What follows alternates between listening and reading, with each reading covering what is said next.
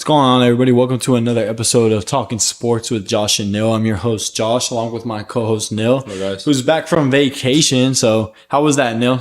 Pretty cool, pretty chill, you know. Where'd you go? I heard you went to go visit the Spurs over in Cancun. Yeah, Cancun for a little bit, just a week there, just relax, chill out for a bit, you know what I mean? Yeah, well, good to have you back, man. So we're going to be talking sports today. We're going to do our 31-5 or 31-6A preview still. Last week, we went over Edinburg Vela. I believe we also went over Edinburg Economides and Edinburg North. Today, we're going to be doing Weslaco, La Joya, and Edinburg Bobcats. So we're going to be going over that. We're going to finish that. It's going to be a shorter show, but we're going to be talking about that, get really in depth about that in the preview for that 6A season. That's pretty much it. That's all we have going on right now. We're going to talk a lot about each three teams. A lot of Weslaco, the former district champion, 31-6A. La Joya, I believe they saw themselves either in the playoffs or just outside, on the outside looking in. Edinburg made the playoffs as well. So a good district and a good second half of the district that we are going to talk about. So stay tuned. We're going to do a quick commercial break, and then when we come back, we'll get into all that. No importa en cuál etapa de tu vida te encuentres, Texas Almus College está aquí para ayudarte a progresar. Ya sea que estés empezando desde cero, cambiando de carrera o adquiriendo nuevas habilidades, TSC tiene programas accesibles diseñados para adaptarse a tus metas. Es hora de dar el siguiente paso. Piensa en grande, piensa claramente, piensa en TSC.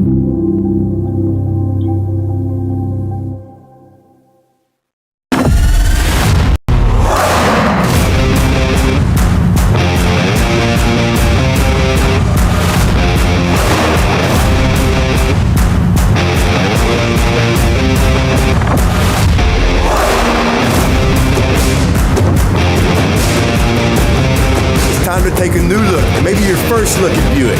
If smart, hip, and affordable is for you, Buick's your brand. For you, Buick, Brownsville, Texas.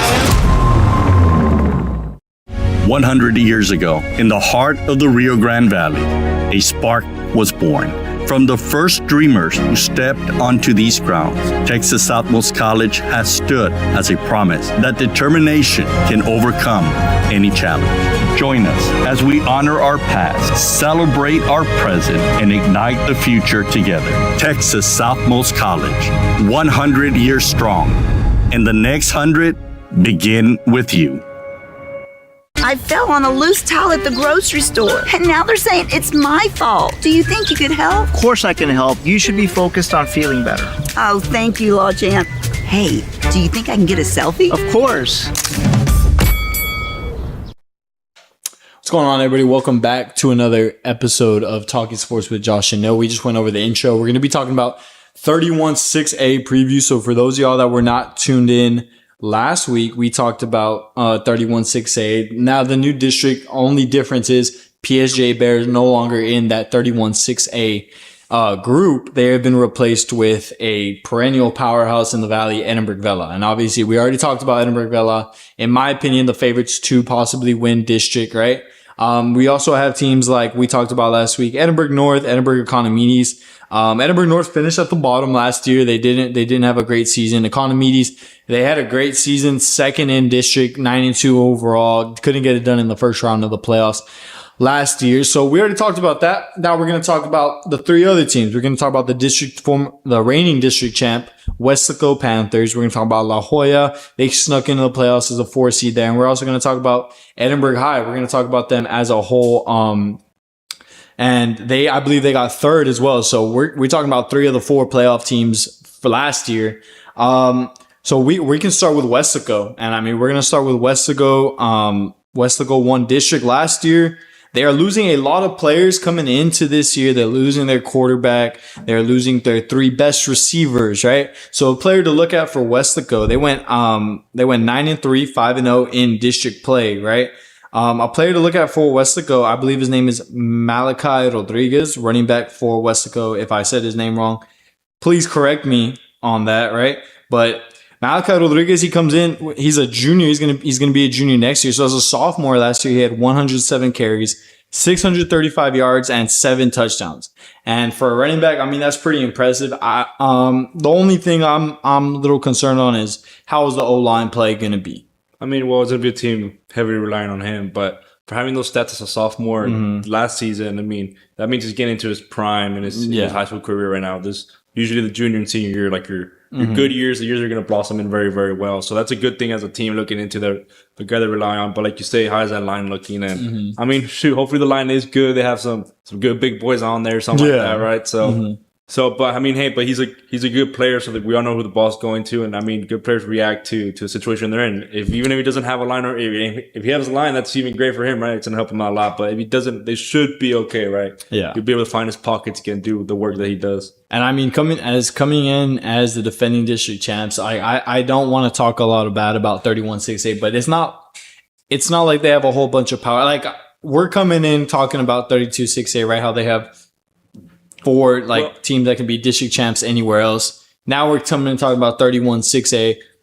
I mean, and it is a bit of a drop off. It is, but it's a competitive district in between them, because I don't think there's a heavy favorite between all of them. And at least what we were seeing and what we know about the district and all that. But it is a competitive district in between them. So there's another district to watch if you're in that district, right? So those 4 schools are in there. La Joya, you got Edinburg, Bobcats. Even Edinburg North. We talked about this last week. Edinburg North finished last. They lost all their games, but all their games were decided. All their district games were decided by 7 points. Where they got blown out by Weslaco, they lost by 14 to La Joya, and the rest of the games were 7 points, 6 points. It's a 1-score game. If those games turn around, they're in the playoffs. Yeah, I mean, it's a competitive district in between themselves, right? Like, I think it's a must-watch game. I mean, every game's a must-watch game and a must-watch win for them, right? Because see where you land. And all of them didn't have the prettiest records, right? They didn't have these nice 11-0s or other than Weslaco, none of them. But it's a competitive district to watch, right? It's one to keep your eye on in between them, and to see, hey, like last year I saw one of the teams of Edinburgh had made the playoffs. They hadn't made the playoffs in 15 years. Yeah. And they made the playoffs last year, but we'll get into that when we get to the real part, right? But it's a competitive district to watch, right? Because they're all evenly matched, you would say, on how they play football, how they go about their work. I mean, yeah, I agree with that everybody's evenly matched. The only thing I really think about is Weslaco being a little bit better, right? So we talked about Malachi Rodriguez. I mean, he really just outperformed himself. They're losing. So they had Rodriguez. They had another running back. I don't know his first name, but his last name was Garcia. They kind of split the load. Garcia, he had 122 carries. It was David Garcia, 122 carries to Rodriguez's 107. So I want to see how he plays into that new role where he's and the quarterback had about 50 carries as well. Like they run the ball a lot. They like to pass the ball. Weslaco prides themselves on. Oh no, I apologize. Malachi Rodriguez had 107 carries. Garcia had 122, and the quarterback had 115 carries himself. So, Weslaco is going to be looking for another running quarterback, right? Like, I feel like that's what fits their offense so well. You got to have a quarterback that can run and throw. They don't run anything out of the eye, anything out of the veer. They run straight, 1-back set, pistol, 4 out, or a tight end, right? They run a lot of stuff with a tight end, and they like to put the ball on the ground, and it goes well. You need to find a quarterback that's going to run the ball. A quarterback that can run the ball well, especially a new quarterback coming in, it's going to help him a whole lot because it calms him down as to where you don't need to think so much about the passes. We're going to set him up with some run plays. Rodriguez, I think, insane how he has 107 carries and he's third on the team in carries, right? I mean, so I want to see how that, like, if they can't find another running back to help him out, or the quarterback's not going to get that many carries, and the O-line's not that great, it's a lot of wear and tear on just one person. I mean, for sure, right? And it's been interesting to watch. But, I mean, luckily, at least talking in their district, they should be evenly matched. And, I mean, Weslaco should have kind of the advantage. Yeah. But, I mean, these teams are hungry, too. They also want to win. They also want to... And they're right there, honestly, at least in their district record. Overall record's another story. But at least in district record, they're all right there. They're all about, like... 3-2. 2-3, 3-2. Yeah, like they're not losing these games by a lot. Like they're all kind of evenly matched. Like no one's really out here taking the bag besides Weslaco. But I mean, this could be their down year. This could be a moment. So it could be for a chance for any of these other teams in the and I mean, the district's only getting harder. You took out the second worst team, PSJA, right? Take them out, and now you're replacing it with Edinburg Vela. Yeah. So that's another playoff spot that's going to be taken most likely, right? So let's say in a perfect world, you have Edinburg Vela and Weslaco, Edinburg Vela, however you want to put it, right? Economides had a great year last year, but they're losing a lot of players. So there's 2 spots left for them, for Edinburg, La Joya. We talked about Edinburg North. It was a 1-score game in almost all their district games. So it's going to be a fight for those last 2 all spots. These teams as well still have a one player returning that's a dog.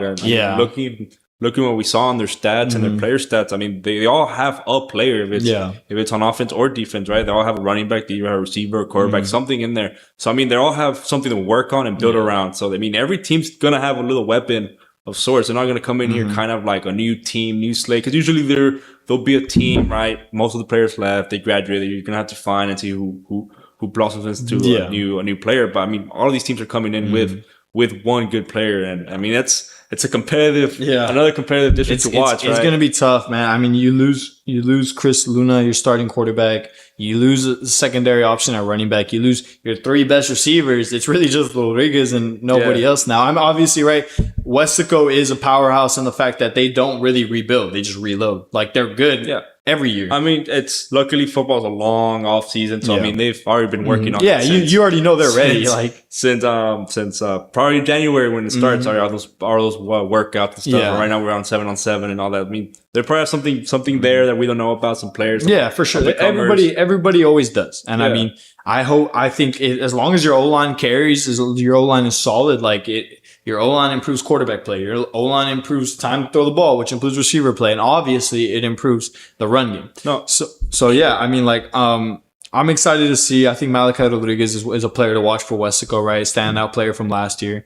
Now for their defense. Another player I want to talk about, Seth Moya. He's going to be a senior, free safety. He had 54 total tackles, 30 solo, 4 interceptions, and 2 forced fumbles. Now, you got a captain like that coming back on the defense. Not included, they have 3 players coming back on the D-line. So 3 of their 4 D-linemen coming back.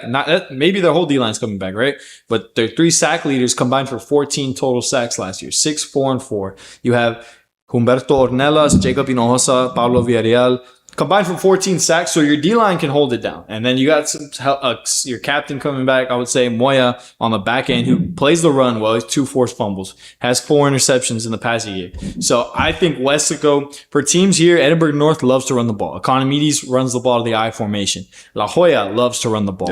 And so, I mean, you having a good defense, especially your line coming back, it helps a whole lot because this is where the games are won, especially in 31-6A. The games are won in the trenches. With all these teams that are super run heavy, you lost PSJA. PSJA loves to pass the ball. You lost them. Now you play someone with Vela. Yeah, I mean, like we mentioned, these scores they're not that big of leads. They're not winning by much either. So these, like you mentioned, you come down to the wire and you need a good stop that. And I mean, it's where it's won in.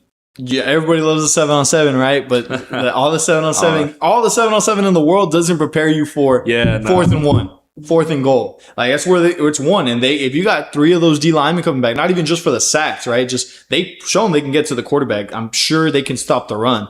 So you got 3 D linemen coming back. You got your safety captain on the back end. Like, Weslaco's looking good on the defensive front. But Moya is another player to watch, I think, for Weslaco, because especially now where I really think it's between Vela and Weslaco for district.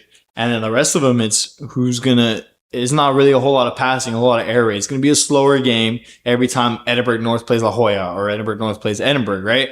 So I think Weslaco helping them with their defense is having people coming back on their defense is going to help tremendously. No, for sure, it's going to be a tight conference, a tight district to win and to take that lead. And these games, I mean, there's going to be must-watch games too. I mean, even like football, they're going to be close games to watch, right?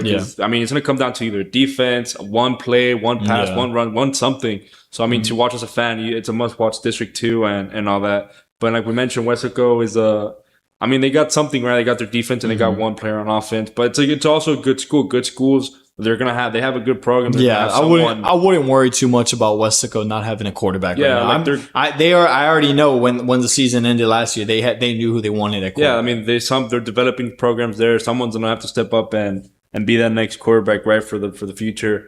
But I mean, they're between them and Edinburg Vela, right? It's gonna be a tight. But even all the other schools to just make playoffs or be that top four team, right? It's gonna be hard because they're not all beating each other by a lot and they're all not winning by a lot. It's really gonna be a grind, man. And we talk about it. It's a difference in like 32-6A is like all powerhouse teams. Now these aren't all powerhouse teams, but they're all evenly matched. Of course, Weslaco and Edinburg Vela might be a little like a tier above, right? But especially in district, we see it a lot in basketball, baseball, right? Because you play them twice. Football, obviously, you don't play each other twice, but you never know. It's like La Joya, Edinburg North, Edinburg can come in one game and you never know. They can shock the world. They can get an upset, right? Especially with these games that are on the ground a lot, you never know what could happen. And I think we might see an upset here, maybe in Edinburg North or La Joya. No, I mean, for sure, pulls off an upset. They're going to be hungry. These teams are more experienced. It's like we've been talking about it. It's a close knit district. Like everyone's there to take you just mess up and they're going to be right there to take your lead or do something. And some people want to make playoffs. Some people want to win first in district. Some people are hungry. So, I mean, when you're hungry, bro, you play differently. You play with a different passion. Oh, yeah, for sure. And I mean, the theme of that district is grit. Like every one of those teams are very gritty. They're not seen as like the best school, maybe other than Weslaco or Edinburg Vela, right? The rest of the Edinburg schools aren't seen as the best schools in that district. It's Edinburg Vela. Like that's what everybody looks at. La Joya, everybody likes to look at Palmview sometimes. Weslaco's only one where they maybe looked at a little bit better than Weslaco East, but everybody else is gritty. They're not ever the first choice, and they already know what it's like to be an underdog. They know what it's like to be more hungry team. So it's going to be exciting where you got a powerhouse like Vela coming in where they kind of know like they're that team, but you never know once you play a team that might want it more. No, I mean for sure, and then they're gonna all want to fight for that, and it's gonna be a competitive district to watch. Yeah, I mean they're obviously they're not gonna be star-studded like we always hear with 32-6-8, 32-6-8 this, 32-6-8 that. The players they have, the stats but we know what 32-6-8, but they play phenomenal football and they play hardworking football, that gritty grind type football, that the gridiron football, right? Yeah, I mean they still have phenomenal players, phenomenal talent. By no means are they a terrible no district no way. Or no, like they're still good players. Like I mean, if it's that close between everyone, they're all good. Yeah, it's not like they're all. I mean, like last year, Weslaco absolutely blew the doors off of San Benito in the playoffs. But in the it was like 33-0. But in the regular season, they played them again. 10-7 was the score. It's a close game. Hannah barely beat La Joya like in a close game. These 6A teams like to play each other. 31-6A, 32-6A, and 31-6A sometimes comes out on top because they're just hungry. I mean, they don't like 32-6A because that's the perennial, like everybody always says, right? 32-6A this, 32-6A that. I mean, also hopefully the teams they're scheduled to play this year and they're besides non-district games, right? Are against each other. Are good. Hopefully they're also good teams are playing because you're only going to get better if you play other better schools or better teams and you learn from those because you can bring them back to your district or whatever. Hey, we learned this from playing such and such school. Let's apply it here. And then you're only going to get better doing that. And hopefully the coaches are wanting to get it like you know what, we're going to play this big school even though we may lose or even though this, but like you never know, right? And stuff like that's what helps the schools, the players and the team. So yeah, I mean, it's going to be exciting. So that was our preview for Weslaco. We talked about Malachi Rodriguez coming in, just dominating the run game, Seth Moya and company on the defensive end for Weslaco. When we come back, we'll be talking about La Joya High School. We're going to talk about them for a little bit. They snuck in. They were fourth in the playoffs in district last year, made it into the playoffs as a 4 seed. We're going to talk about them a little bit next. And then after that, we will also be talking about Edinburg High. So stay tuned. We're going to do a quick commercial break. And when we come back, we're going to talk all about it. This is the island where even the grown-ups forget what day it is. South Padre is more than an island. It's the island. The middle. It's in! And it's another touchdown! Keeps the line. Now that becomes a hit. And that's going to be a fumble recovered by the Cardinals. At Tortilleria Ibañez, flavor starts fresh every day. Crispy flautas, homemade tamales, and our signature chicken salad, all made for you. Tortilleria Ibañez, tradition on every plate. It means a lot to me. TSC has changed me to make me realize that I can accomplish things. Just don't give up.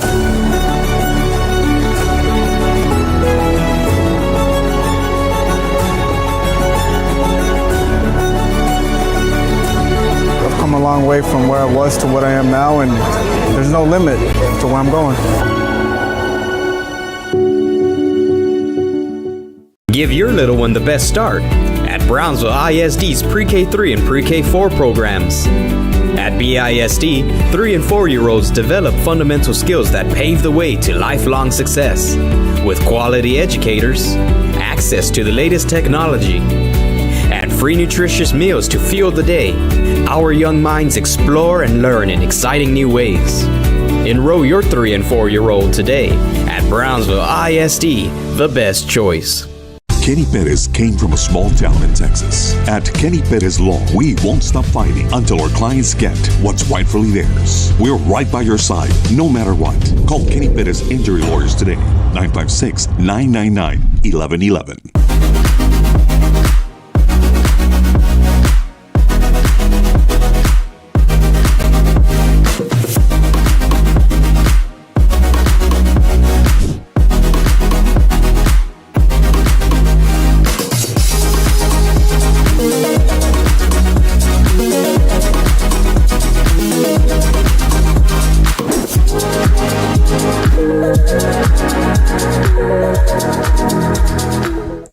What's going on, everybody? Welcome back to Talking Sports with Josh Nil. We just finished our last segment talking about Weslaco High. We're doing a whole preview of 31-6A, even though we did half of the schools last week. So we just finished talking about Weslaco, how we think they can make their bid for 1 or 2 in district play. Now we're going to talk about a team that snuck into the playoffs, 4 seed. Didn't have the best year, but they made the playoffs, so it was a successful year. We're going to talk about La Joya. So La Joya coming into last year, or actually after last year, they went 5-6 total, 2-3 in district play.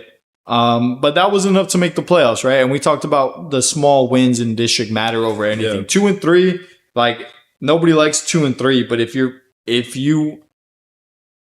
getting the small games done, like the Edinburg North game, you beat them by very little. They beat, let's see who else they beat.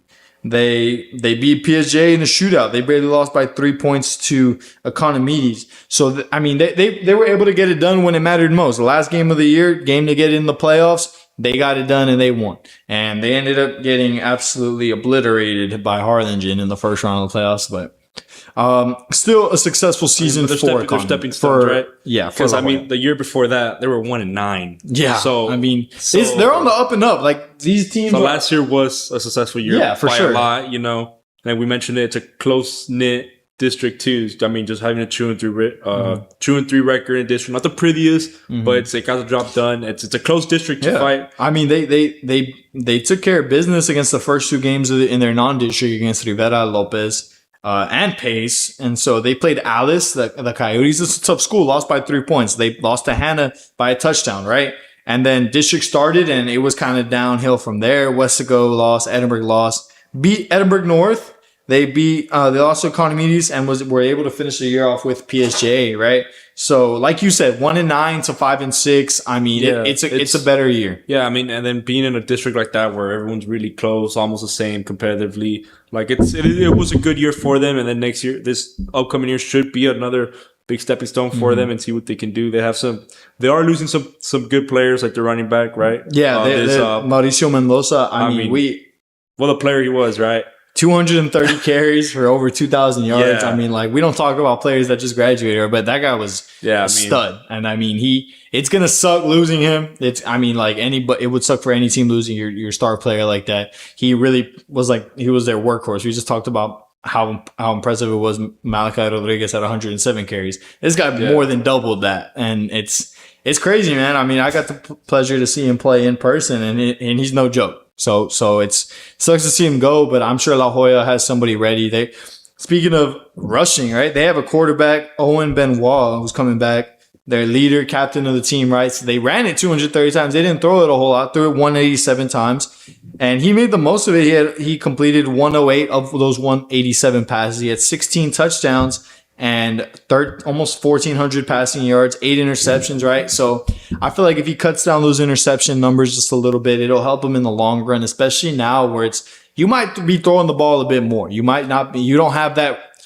You don't find players like Mendoza just every year. For a quarterback, those are good numbers. They're solid for being obviously a run first offense, right? As we could tell. But this year's going to be a little different, losing a running back like that. But they do have some good receivers in there with like Dante Perez, right? Dante Perez. So Dante Perez got coming in. He was by far Benoit's favorite receiver. Yeah, 41 receptions, 599, almost 600 yards, 8 touchdowns. And I mean, as a receiver, especially on a run heavy team or run first squad, that's very impressive. Now I'm excited to see you got a great quarterback. We've seen him play. This guy's a stud. Imagine him with another full year under his belt. If I'm the coach, again, I'm not a coach, but if I am the coach, I'm pretty confident that like we give him more leeway, right? We give him the keys to the offense for sure. I mean, and let's be realistic. It's gonna be hard to find another player like it was Mendoza to fill in those shoes, right? Having a running back like that, you just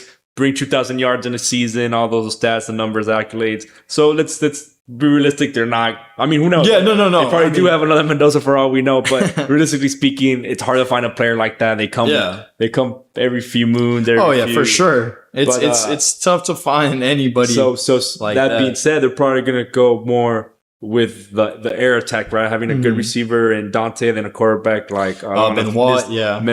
Sorry if I misspell your name. Owan or Benoit. But I'm sure we're gonna get familiar with his name. He's gonna be a dog, right? So yeah, I mean, I'm expecting big things out of him. He's got another receiver coming back too. I'm not sure how to say Luis Arjona, right?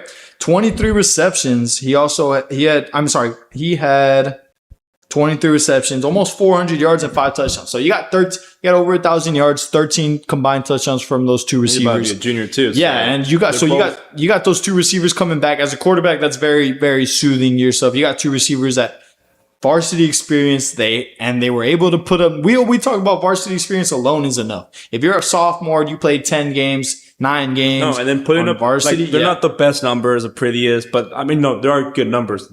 But they're obviously. But next year you're not going to have that rushing attack. You're going to be throwing the ball. So the ball's going to come more to you, and it's good having two receivers like that, right? A little George Pickens, a little TD Lamb. TD Lamb action. Having two options, right? It's good, and it helps a lot because I mean, he probably won't have another running back, so he'll probably will run the ball, right? If he needs to. Yeah, So they like to get the receivers out on a lot of jet sweeps, maybe some power reads with the quarterback because Benoit likes to run the ball a lot as well. I believe he had he was second on the team in carries.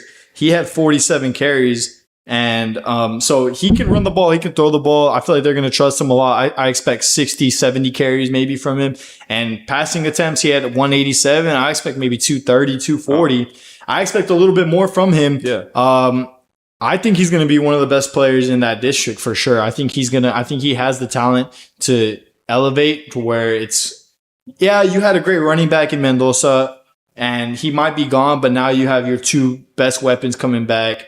And I feel like they're going to be better than they were last year. They're going to elevate to a whole new level. I mean, they're getting in their last couple seasons. I mean, for Perez to be a senior year and for, I don't want to say his last name. I don't want to mispronounce it, but Luis, he's becoming a junior. So they're getting those where they're supposed to be good. You already learn from your first 2 years as a freshman and a sophomore. This is supposed to be when you're good. You're learning. And I mean, even any reps I always say this, any reps on varsity are good reps. Yeah. Right? Because even if you play 10 games, 9 games, you didn't get that many yards or whatever, but it's the speed's so different than JV. So if you're playing it 9 games, you have a way better chance of making that jump than playing JV last year. So for them to play those good minutes, those good games on varsity and to put up the numbers, it's going to help a whole lot because they experience it. They know what's coming. For sure. I mean, it's been an interesting season. I mean, let's put something like this. Weslaco having a good line coming in. I mean, they're gonna have receivers, no running back. So they could. I don't want to say they're gonna beat them, but I mean, it's definitely it's a game to look at. That's a game I would want to watch, knowing they have 2 receivers and Weslaco has a good line. I mean, the quarterback maybe he won't run the ball, but for sure he's gonna be airing it out. Yeah, and finding someone there. It's gonna be exciting to see. I want to see how many linemen La Joya has returning because, respectfully to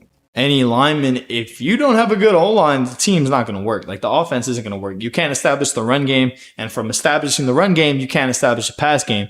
So I hope they have a couple O-line coming back. I trust in the coaches where they built in this new program, right? They're doing a lot better now. So I think they're going to build in a new program to where you got to adapt as a coach. The run was working for you a lot last year. You have the workhorse. Now it's totally different. You got a quarterback, 2 seasoned receivers. Yeah. So you got to change it up, schemes up a little bit. But I'm excited to see where they go at. I don't have too much for La Joya on the defensive side. They had some good players seniors though last year. I mean, yeah, they're losing a lot of seniors. They weren't like the best on defense, right? They had good numbers, okay numbers. So they have one returning junior. He averaged about like 6.8 tackles. Okay, as a corner, I believe. So I mean, they're okay numbers, right? I mean, that's good, but that's also not the best. Because if you're a corner and you're one of my leading tacklers, that means how is the ball getting to that second level? Yeah. Like if you're a corner and you're averaging like 6 tackles, we said 7, right, or 6? It's about 6.8. Call it. Okay, give them the 7. We'll just do 6.8.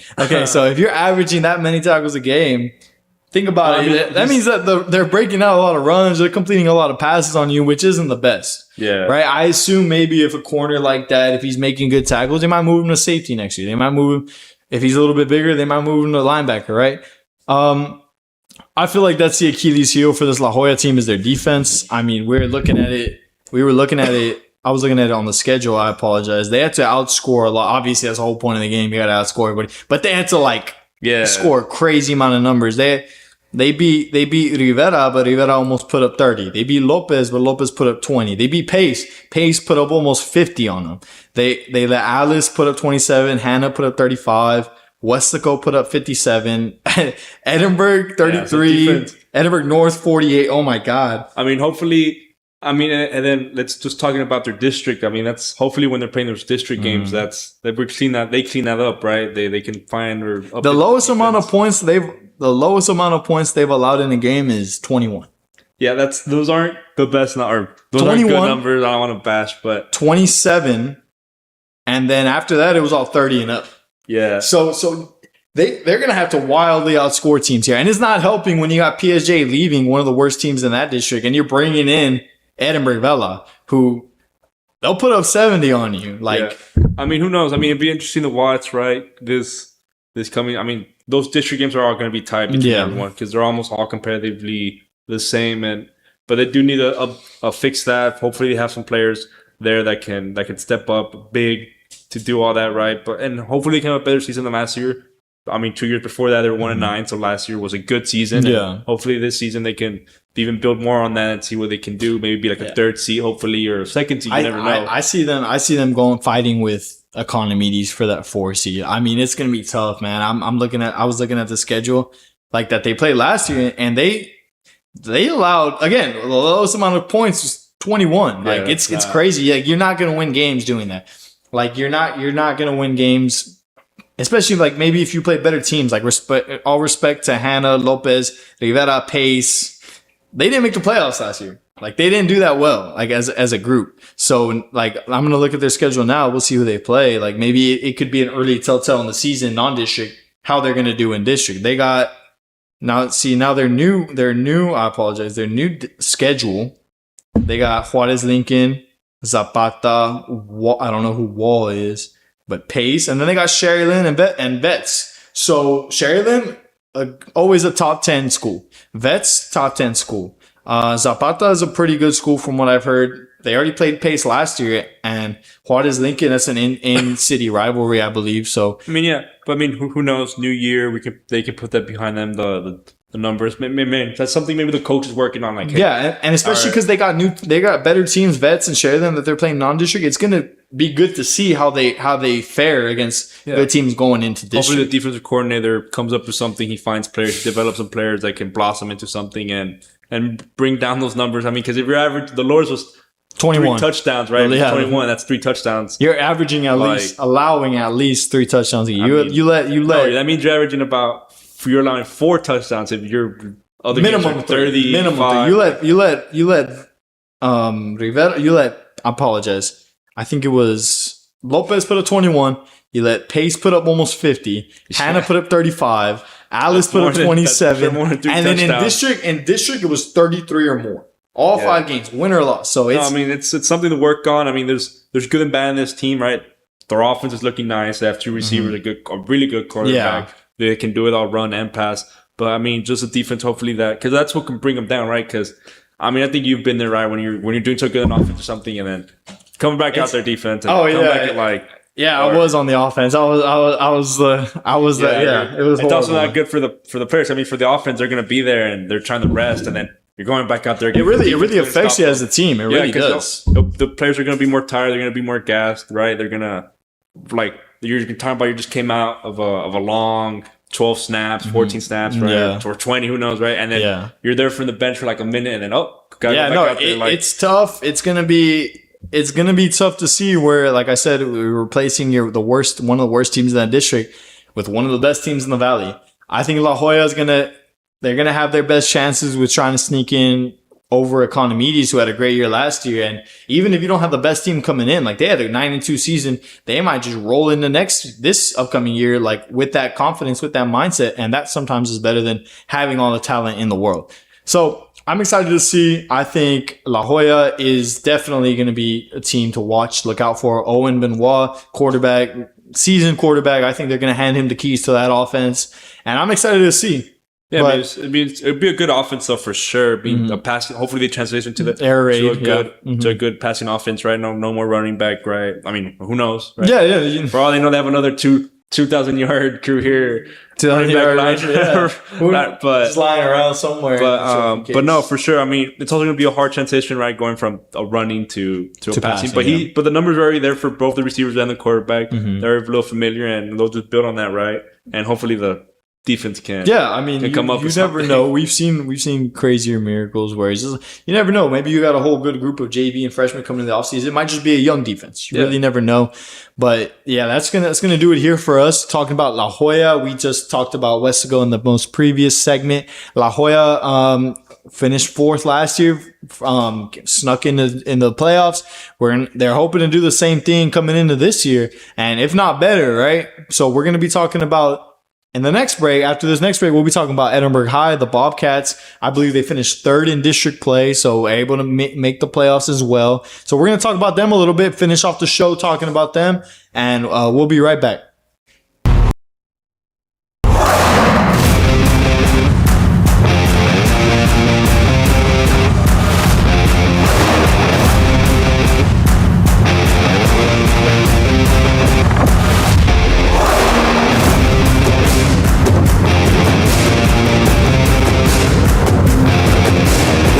Excellence has always been Cadillac, so be iconic and drive one. Free your Cadillac, Brownsville, Texas.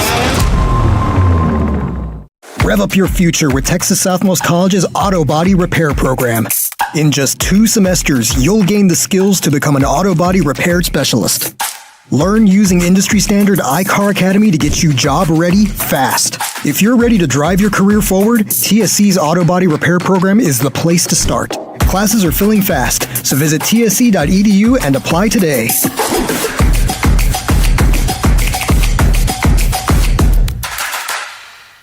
The middle, it's in, and it's another touchdown. Jones keeps the line. Now that becomes a hit. And that's going to be a fumble recovered by the Cardinals.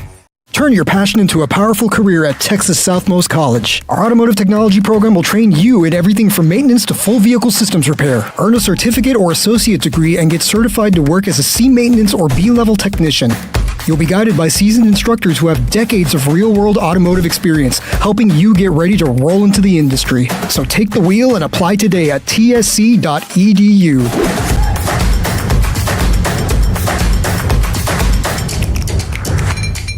If you've been in a car crash, call Kenny.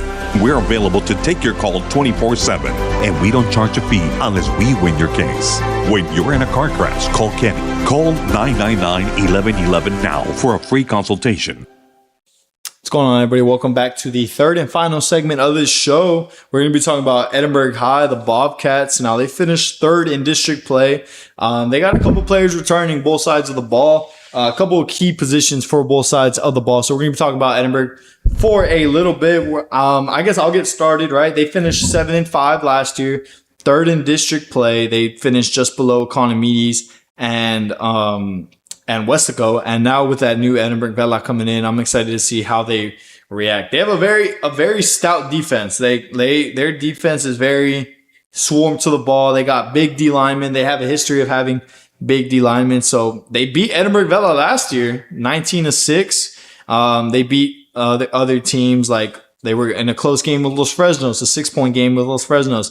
They beat Veterans Memorial in the first round of the playoffs. So this team is not a slouch by any means. Close game with Economides, right? Not a slouch by any means, and I'm excited to see how they do here. I think they'll finish third again, if not beating Edinburg Vela, but I think maybe second or third. I think it's only up for Edinburg. Yeah, no, for sure. They had like some good numbers, right? Some good players. It looks like they're going to be like a pass first offense almost. Yeah, not a good amount of players returning, not too many left, right? Just to have their quarterback Aiden Sanchez putting up solid numbers last year with about 1,600 something yards. He threw for and about 15 touchdowns. Yeah, 15 touchdowns. Pretty good, solid numbers. 6 interceptions. That's pretty good. I mean, yeah, right, low interceptions and all that. And for a junior, that's not bad. So this upcoming year is going to be hopefully his best year, right? Last year, senior year. And like you said, they had good wins. I mean, and close wins too, right? Or almost being LF, stuff like that. One of the best team in the Valley last year. LF, and like we mentioned earlier, another their district record 3-2, another very close record because they're all competitive equal, right? And having an okay overall record of 7-5.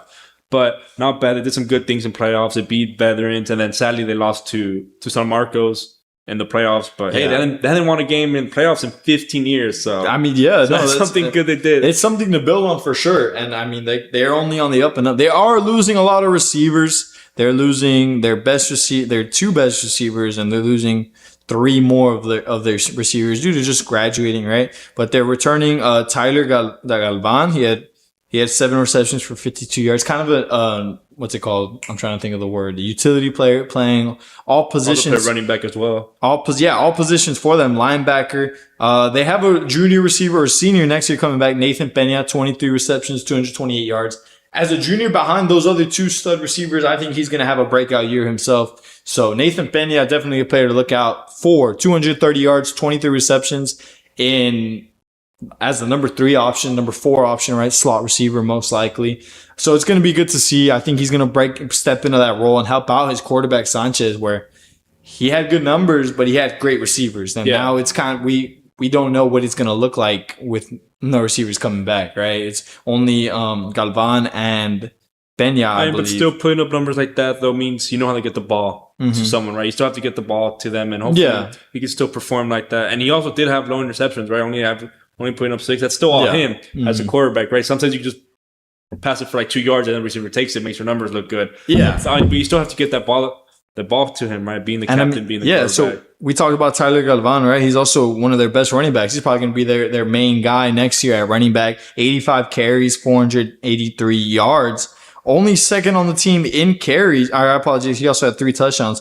Only second on the team in carries too. Aiden Sanchez, 94 carries, 330 rushing yards. So dual threat, and with a lack of receivers and a good running back coming back, that's very helpful. You can run a lot of stuff on your offense based off of just zone reads or options or anything.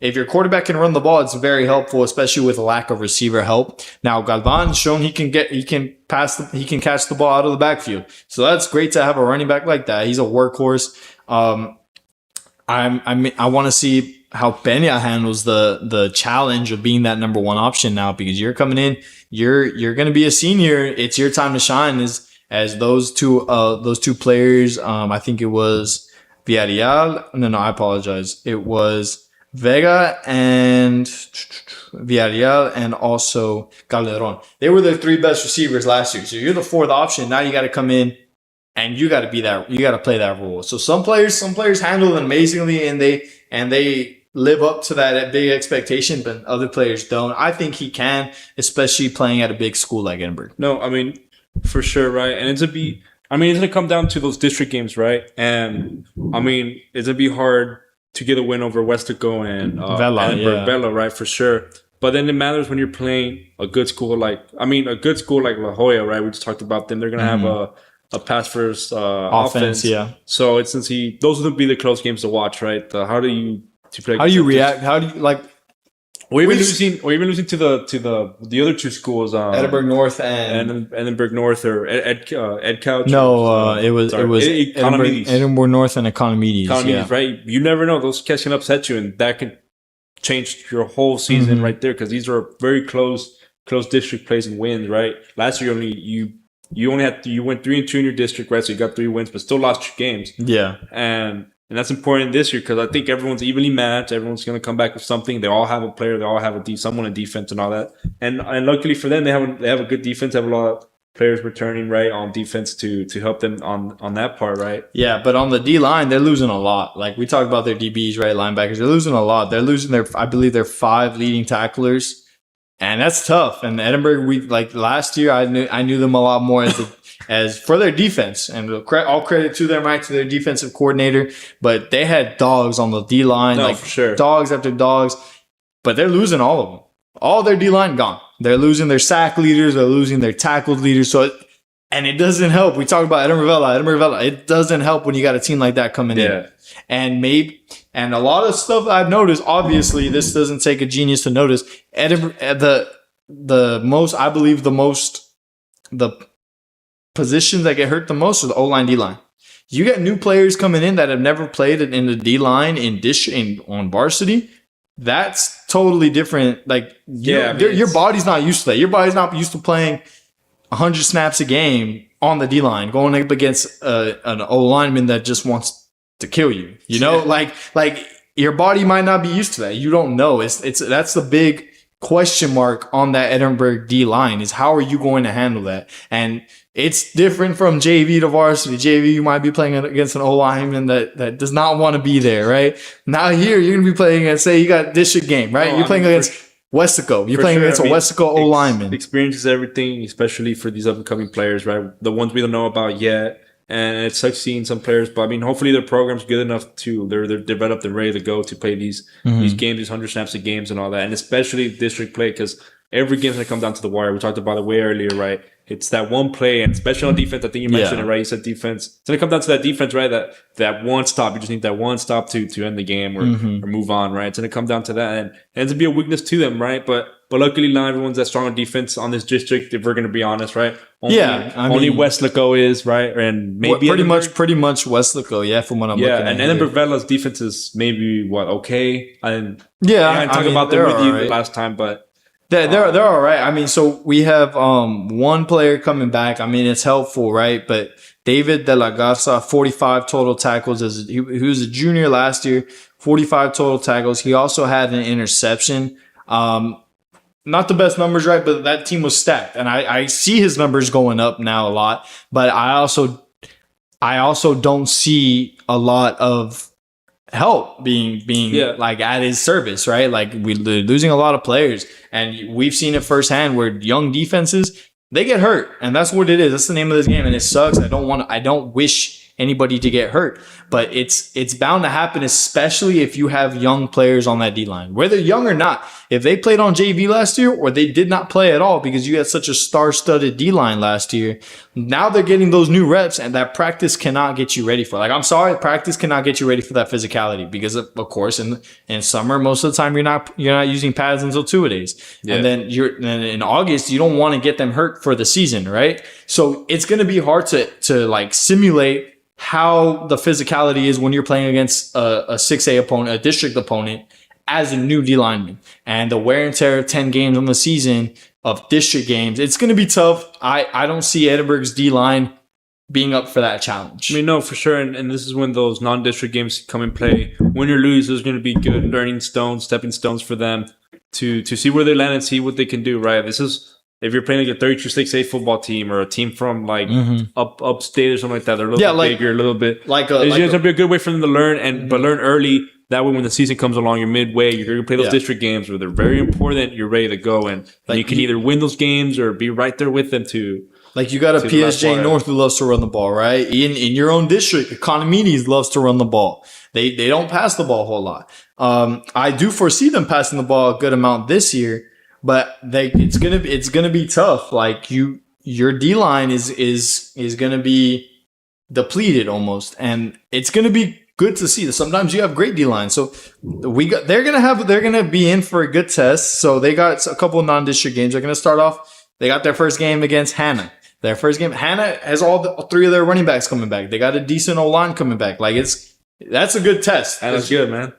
That's a good test. This is just a good test to see where you're at. No, yeah, because Hannah was a 32-6A football team. Yeah, last year. I think they changed right already. Just changed, like yeah. So I mean, it's a good team to learn. They have good players and all that. I mean, talk whatever you want to talk about Hanover, but like they do have good players and they have good performing. And they have 3 running backs coming back next year. Yeah. Their O-line's coming back. They're losing a couple O-linemen. But that's like a perfect first game just to see where your D-line's at, right? See where you land, see how you play and all that. And it's like for us that are commentators that have these talk shows, right? It's good for us to see how they're going to do the rest of the season because you're going to play an Economides that just straight up runs the ball. You're going to play a La Joya that they might not have that star-studded running back, but let's say they get a great running back, they're going to run the ball a lot. So they got them. They got Weslaco East. Weslaco East likes to run the ball a whole lot. They got Rivera, who a lot of people aren't high on Rivera. But one thing about Rivera is they have great O-linemen every year. And new coach every year, but they got their new coach. I'm excited to see. I think he's gonna make them a lot better than what they are. We should talk about that next week. Yeah, we should, right? So and Rivera, say what you want about them, they always have a great O-line. Always. And so those are 3 good games to watch for Edinburg as a test to their D-line. Right now, obviously, their D-line isn't make or break. It's not like if their D-line's horrible, they're going to have a bad year, or vice versa. It's not like if their D-line's amazing, they're going to have a great year. You got to rely on the quarterback. You got to rely who's going to be the upcoming receivers for them, right? Who else is going to help on the back end of the defense? They don't have a lot of DBs coming back, and you're playing against an air raid offense like Edinburg Vela, like Weslaco, like La Joya's got some weapons coming back. Edinburg North balanced. I mean, besides 32-6A, another must watch. I mean, we all know about 32-6A football and that, but 31-6A. 31-6A, sorry, it's a little weird to say. I mean, it's another must watch district. They're all going to be close games. They're all going to be close in this. And like we said, the records aren't the prettiest. They're all 3-2, 2-3. Yeah, they're going to be there, and they're all going to be like that, right? They're all going to be close games because they're all very evenly matched. And as a football fan, or you just like to watch sports, I mean, watching this district's going to be good too because you'll learn a lot, you'll see a lot, and they're all going to play evenly matched. And no one's going to be too favored. Maybe just Weslaco or Edinburg Vela. Edinburg Vela. But even then, they got to battle it out with each other for district. Yeah. So who knows? Maybe they could see an upset like La Joya has receiver. La Joya has quarterback and receivers. The receivers. I mean, they have a good quarterback as well. We're coming back and all that. So I mean, be interesting to watch, right? And overall, do you want to do a? We did it for 6A for 32-6A. I guess we have to, right? Right. So you want to go first? Or you want me to go first? Well, you go first because you know you started last week. So we're gonna do a little prediction, right? Just to see, right? You guys can come back and call us clowns on TikTok if we're wrong, right? We're gonna do a little preview or like a prediction of who we think is gonna end up where. So I'll start it off with I think Edinburg Vela is gonna come in and I think they're gonna be the first. I think they're gonna win district. They're gonna beat Weslaco, and I think Weslaco will be number 2 in district. That 3 and 4 is gonna be tough, man. I think it's gonna be. I mean, after talking about Edinburg and their depleted D line, I do think they rebuild or they reload very well. So I'm gonna go with. Actually, I don't know. I'm gonna go with in that 3 seed. I'm gonna go with Edinburg.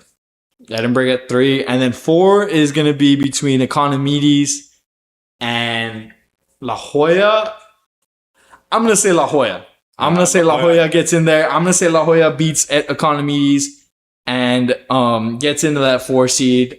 I think La Joya's on the up and up, right? I really think they are. I mean, and that's there's only 5 schools in the district, right? 6. So we got Economides and it was also Edinburg North. So I think Edinburg North's going to be there at the bottom again, but I don't think they're going to have an 0-5 record like last year. I think they're going to win a game, maybe 2, right? But it's just that district's going to be so like very tough. Jumbled. Yeah, and like you have Edinburg North, Edinburg Economides, La Joya, and even Edinburg that are all one score could change any of those games. So I think that's how it's gonna be. I got Edinburg Vela, I have Weslaco, Edinburg High, and then I have La Joya coming and sneaking into the playoffs, Economides, and then I also have at the end Edinburg North. No man, I think you have La Joya too low, bro. Talking about sneaking in. No, I think La Joya takes a 2nd seat. Are you serious? Yeah. No way. Dude, okay. Let me hear. They may not have a defense, right? That's actually. They may not have a defense, right? But they're going to have that attack on offense, right? For sure, Edinburg Vela. Well, nothing's for sure, right? But Vela on top for 1. Give me La Joya at 2. And Give me Weslaco. Weslaco's got no defense, dude. They'll figure something out, dog. It's all about the points, man. It's all about the touchdowns. So yeah, you're all about style points, aren't you? Man? That's all you care about. Give me the touchdowns. We got a quarterback like that and two dogs and receivers. You'll be all right. And then St. the Dallas Cowboys, man. Give me a third Weslaco. Mm-hmm. Give me Edinburg at fourth. Wow. And then they can fight for. You're gonna get flamed on TikTok for saying all this. Right? You get flamed on Instagram, on TikTok for all this. You never know, dude. La Joya looks good, man. They had a good turnaround last year, and then this year they should be a little bit better than last year and all that. So who's your last three? You said Edinburg, Edinburg and fourth. Then who else? The last two. The last two. I don't know. You can find it out or something. I don't know, bro. They can figure it out. They'll tell me next season, right? But. So I got La Joya. I mean, I got him too. That's crazy. We both have Economides not getting into the playoffs after getting second last year. But I think that's just what it is. Like, I think that's how close the districts are with each other. Like, it's Weslaco and Edinburg are like this, and then you used to say that next best Edinburg, Economides, La Joya, they're all right there with them. So you never know. No, but like we've been talking about, it's a very close district. Mm-hmm. They're all gonna have the same district records, 3-2, 2 and whatever. Yeah. Like, or in this case, if you're like the other schools, like 0-3 or something.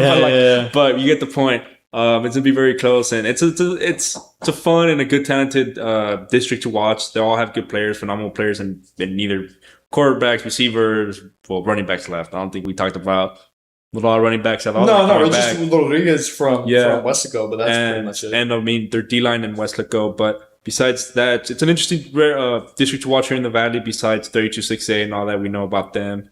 And I mean, it'll be some good football to watch, right? And see what they can do. So that's going to wrap it up for our 31-6A preview. We finished talking about Weslaco, La Joya, and Edinburg today. Last week, I talked by my lonesome, talked about Edinburg Vela, Edinburg North, and Economides. So we did our little predictions. Who we think is going to finish on top. Next week, we'll be coming and talking about a little bit of 5A. We're not sure 31-5A, 32-5A. We'll probably start with 32-5A and work down from there. So we're going to be talking a little bit about that. It's almost football season. June's about to end. We got July and August. We got one more month in July, and that's it. Then August comes around. The first game's in August. Action. First game's in August, bro. Right. We're gonna be talking about a whole lot of stuff. Maybe an MLB preview next week. Right, we're in the middle of the MLB season. And then I know we got the NBA drafts going on, so maybe talk about that just a little bit, right? But most of it's going to be 5A football. We're going to be talking about what we got. Maybe we might do a whole episode on just that district tomorrow. Yeah. I mean, next week. So stay tuned. Go ahead and like the post, or you're seeing it on Instagram, YouTube, TikTok, whatever, right? And just keep following us. But yeah, that's going to do it here from Talkin Sports with Josh and Nil. Y'all go ahead and have a great day. We'll see y'all next week. Has been servicing local businesses for the past 29 years. Leave the hiring to us. Let us become your personal hiring guru. We have a network of skilled employees to fit your needs. Your success is our strategy. Don't hesitate. Call us now. No matter where you are in life, Texas Southmost College is here to help you move forward. Whether you're starting fresh, changing careers, or gaining new skills, TSC has affordable programs designed to fit your goals. It's time to take the next step. Think big. Think bright. Think TSC.